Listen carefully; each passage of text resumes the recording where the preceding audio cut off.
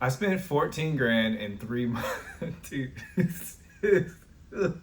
Oh my gosh. I spent 14 grand in 3.5 months on a developer. Then AI built something better in a weekend. Here's what happened.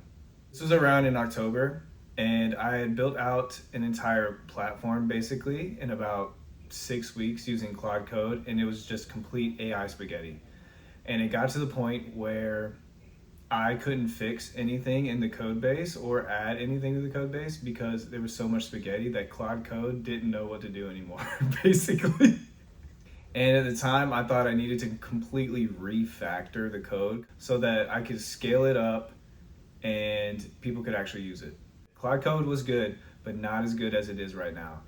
And if you didn't give it the correct instructions or steer it correctly, it would make something you didn't want. So I needed someone building well. I went to the market and tried to get meetings, post on LinkedIn, do a ton of content, try to sell this product that I built. So this came down to the hire. I asked a ton of people about hiring. I asked my dad, I asked old bosses, I asked people close to me. I interviewed 10 different people. I really thought I was doing the right thing. My whole thinking in this hire is if I asked a lot of people how they hire, if I interview a ton of people first, then I can't make a mistake. And then for this, I really wanted something like enterprise level. I didn't want to get someone super cheap and then it sucked. So I found this guy on Upwork for $40 an hour. So it took him a month to refactor this entire code base. So this would be from like mid-November to like mid-December. And he did refactor the entire thing and he made it on AI spaghetti over that month. Now let me talk about where everything kind of broke down because the incentives weren't aligned. He was hourly. There was no incentive for him to deliver quicker. Because when you need speed and we're shipping and you're a startup and he's hourly, the incentives weren't aligned for him to be any quicker. I'd ship something over the weekend and he would take 2 days to review it.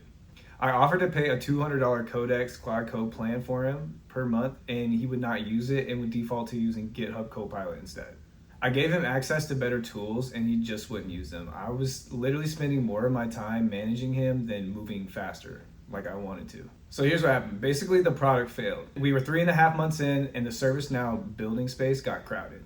There were several other products out there and arguably they were all better. When you're competing with a company, a startup who's raising money and you're competing with ServiceNow themselves, that product direction didn't make sense anymore. So this was about mid-January, I believe, and I had already had a ton of sales conversations. I talked with a bunch of people, and I just realized that this wasn't going to work. If we're going to compete, then we will have to compete somewhere else in the market. We built something and it was decent, but it just wasn't good enough. And then around mid-January, AI changed. And the AI changed here when OpenClaw came out. I used OpenClaw over the weekend and it one-shotted a better version of our product that we had spent 3.5 months doing. I'm not joking. There used to be a larger constraint on how much technical knowledge you needed to make the AI useful. Basically, as the AI improved, that constraint dropped. And when that constraint dropped, the need for a developer also dropped. I didn't replace the developer, but I outgrew the need for one, to be honest. And also it was my fault because I built a system around doing better didn't matter. And there was no incentives for him to perform better or faster. Now with those technical constraints lifted, I can do all the technical work myself.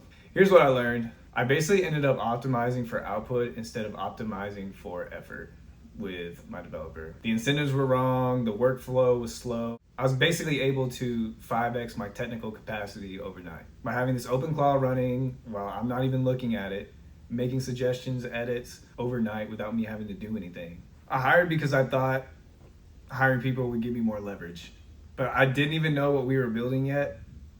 I was still trying to figure it out. So I built fast, turned stuff into spaghetti, got someone to clean it up. That worked until the environment changed. Then I got stuck in this loop where I already knew what needed to be done, but I had to wait. That's when I realized the bottleneck wasn't even coding. It was the coordination between me and the developer. And on top of that, he was being paid hourly.